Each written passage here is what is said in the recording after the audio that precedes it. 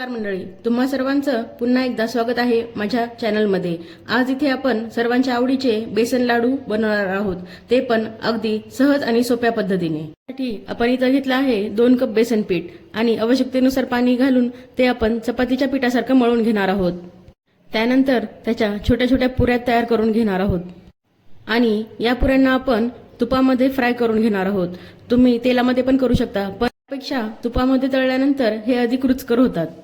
या पुऱ्या आपण मंद आचेवर खरपूस अशा तळून घेणार आहोत आणि थंड झाल्यावर मिक्सरमध्ये रवाळ वाटण करून घेणार आहोत। मग आता लाडूसाठी पाक तयार करूयात। पाक तयार करण्यासाठी 1 कप साखर घेऊन त्यामध्ये अर्धा कप पाणी मिक्स करून त्याचा छान असा पाक तयार करून घेऊ। पाक हा 1 तारेवर आल्यानंतर बंद करू।